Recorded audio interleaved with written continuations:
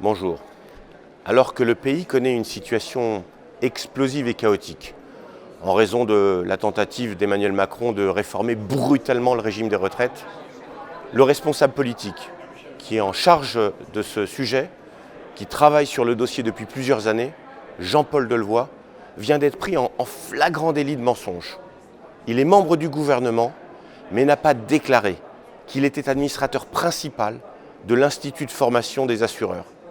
Pourtant, la réforme des retraites telle qu'il l'a conçue, telle qu'il l'a imaginée, et qui met fin au système de répartition qui est en place depuis 1945, il intéresse avant tout les assureurs.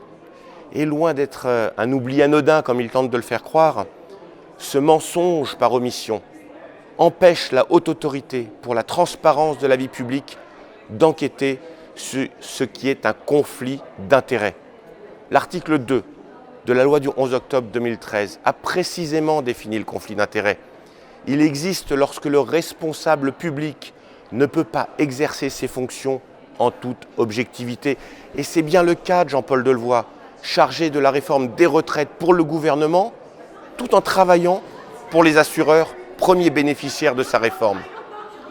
Monsieur Delevoye, détenteur de l'autorité publique, a méconnu les recommandations de l'Agence française anticorruption en ce qui concerne le trafic d'influence, la prise illégale d'intérêts, le favoritisme.